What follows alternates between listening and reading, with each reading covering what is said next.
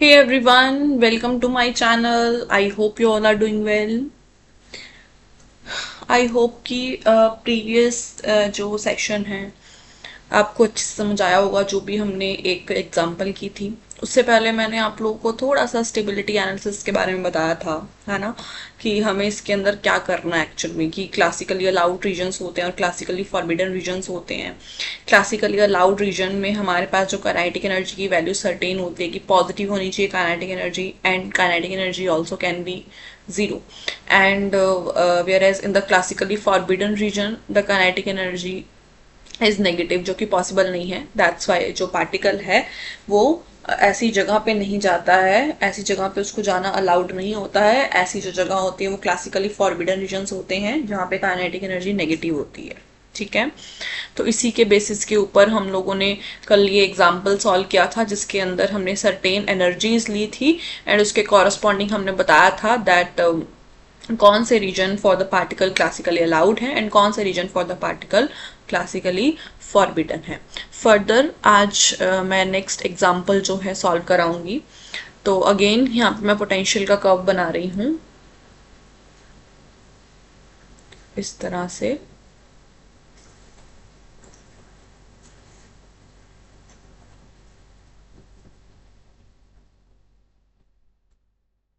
ये हमारा second example के लिए जो है वो ग्राफ रहने वाला है कुछ इस तरह से।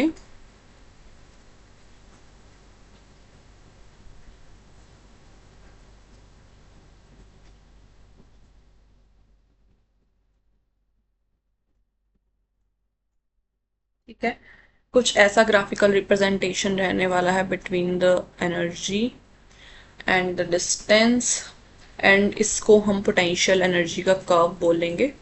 This is known as the potential energy curve.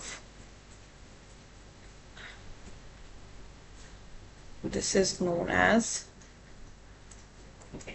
Potential energy curve. Actually मैं इसको थोड़ा सा और प्रिसाइजली बनाऊंगी।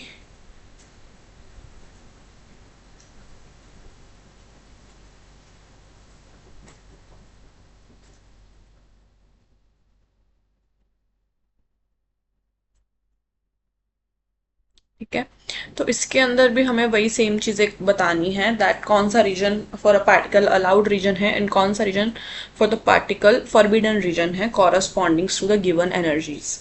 तो यहाँ पे हमारे पास आप लोग देख सकते हैं कि टोटल एनर्जी, लेट सपोज कि अगर E1 है, अगर पार्टिकल की जो एनर्जी है वो हमें इस तरह से E1 दे रखी है। This is the energy, this is the energy E1। ठीक है, सो इन पॉइंट्स को जो है कुछ कुछ पॉइंट्स को जैसे मैं नाम दे देती हूँ। जैसे अब आप लोग यहाँ पे देख सकते हैं कि कल मैंने आप लोग को बताया था, जहाँ पे भी हमारी जो पोटेंशियल एनर्जी की कर्व है और जो टोटल एनर्जी की कर्व है, जहाँ पे वो इंटरसेक्ट करें, दैट इज इस पॉइंट पे अगर वो इंटरसेक्ट कर रहे हैं तो वहाँ पे हमारी जो काइनेटिक एनर्जी है वो जीरो हो जाएगी, यानी कि जो हमारा पार्टिकल है वो रेस्ट पे हो जाएगा। ठीक है, और इसी पॉइंट पे हमारा जो पार्टिकल है वो टर्न करता है, that is known as a turning point. यानी कि जैसे कि ये हमारे पास पोटेंशियल एनर्जी की कर्व है, ये हमारे पास टोटल एनर्जी की कर्व है।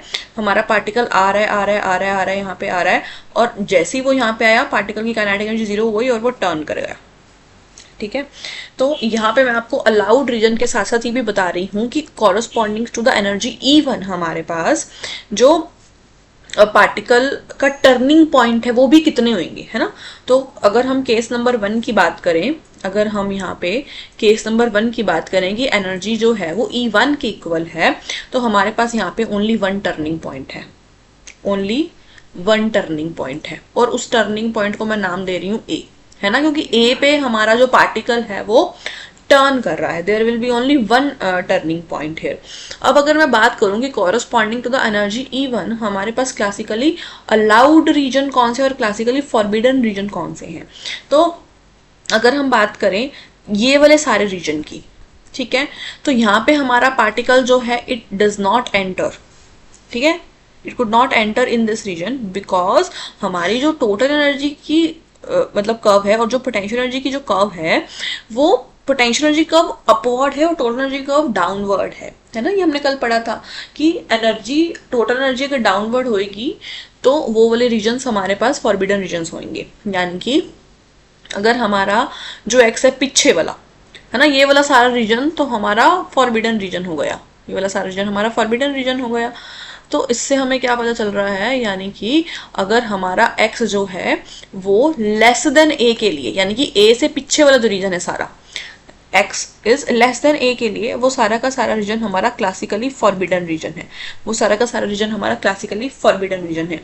वेयर एज अगर मैं x के आगे की बात करूं तो यहाँ पे तो ये वाला रीजन तो हमारा क्लासिकली अलाउड रीजन है, दिस रीजन इज तो क्लासिकली अलाउड रीजन है ना।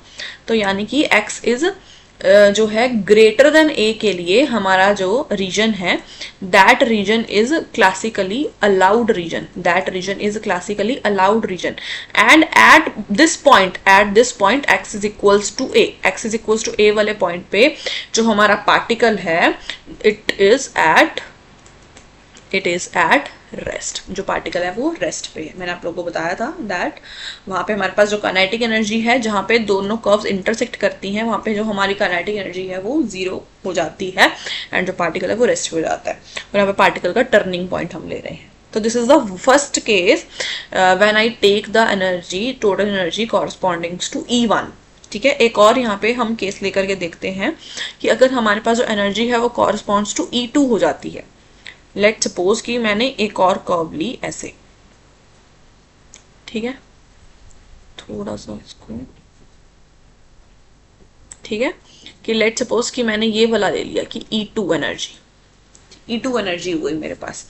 अब आप लोग यहाँ पे देख सकते हैं कि हमारे पास जो E2 कर्व है वो पोटेंशियल जो एनर्जी की वो स्ट्रेट लाइन हमारे पास बन रही है, वो पोटेंशियल एनर्जी की कर्व को 2 पॉइंट पे इंटरसेक्ट कर रही है, वो पोटेंशियल एनर्जी की कर्व को 2 पॉइंट पे इंटरसेक्ट कर रही है, एक तो इस पॉइंट पे, एक इस पॉइंट पे। ठीक है, लेट सपोज इस पॉइंट को मैं x0 मान रही हूँ, आप लोग कोई भी नेमिंग दे सकते हैं, ऐसा कोई वो सीन नहीं है। इस पॉइंट को मैं b पॉइंट मान रही हूँ, यानी कि जहां पे भी हमारे पास जो इंटरसेक्शन हो रहा है दोनों कर्व्स का, यानी कि टोटल एनर्जी का और पोटेंशियल एनर्जी कर्व का इंटरसेक्ट हो रहा है जहां पे, वहां पे मैं बोलूंगी काइनेटिक एनर्जी 0 है, काइनेटिक एनर्जी 0 है तो पार्टिकल रेस्ट पे, या फिर यू कैन से कि टर्निंग पॉइंट्स है। ठीक है, तो इस पर्टिकुलर केस के अंदर अगर हम देखें, अगर मैं यहाँ पे बात करूं केस सेकंड की,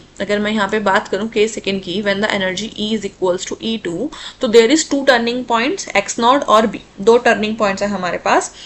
तो और x is equals to x0 और x is equals to b पे हमारा जो पार्टिकल है उसकी काइनेटिक एनर्जी जो है वो 0 हो जाएगी।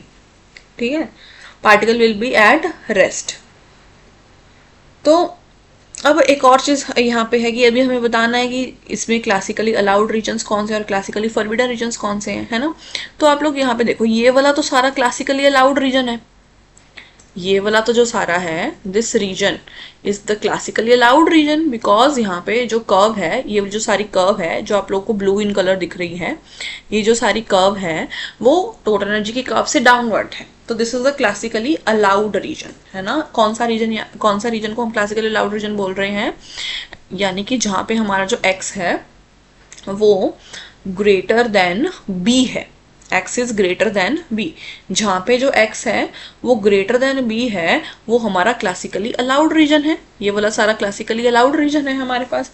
वेयर एज हमारे पास जो बैक वाला रीजन है, मतलब इससे पहले वाला जो रीजन है, यानी कि x is less than b, वो सारा का सारा फॉरबिडन रीजन नहीं है, but at x is equals to x0 और at x is equals to b, यहाँ पे x is equal to x0 पे और x is equal to b पे, this is the classically allowed region. ठीक है, बट अगर x यहां से लेके यहां तक की बात करें, अगर हम बात करें यहां से लेके यहां तक के रीजन की, अगर हम बात करें यहां से लेके, let me change the colour, है ना, अगर मैं बात करूं यहां से लेके यहां तक रीजन की, यानी कि 0 से लेकर के x0 के रीजन की, ठीक है, अगर x greater than equals to 0 रहता है ना, 0 पे भी तो कर्व नहीं आ रही है ना, तो x is greater than equals to 0 से लेकर के x0 तक, लेस देन x0 पर, यानी कि x0 के पीछे और 0 से आगे, ये वाला सारा रीजन जो है, this is the classically forbidden region, this is the classically forbidden region. समझ पा रहे हो ना कि ये हमारा क्लासिकली फॉरबिडन रीजन है। x is equal to x not पे फिर क्लासिकली अलाउड हो गया, फिर एक्स नॉट से लेके b तक का रीजन, ये वाला सारा रीजन भी एक्स नॉट से लेकर के b तक का रीजन, ये वाला सारा रीजन भी क्या है, क्लासिकली फॉरबिडन रीजन है। यानी अगर मैं इसको लिखना चाहूं तो जब x greater than x not होता है, देखो x जो है ग्रेटर देन एक्स नॉट होगा और लेस देन b होएगा, और less than b, greater than x not और लेस देन बी जब होता है हमारा x, greater than x not और less than x naught, less than b, तो ये वाला भी हमारा क्लासिकली फॉरबिडन रीजन कहलाएगा। तो क्लासिकली फॉरबिडन रीजन आप लोग को आई होप कि समझ आया होगा।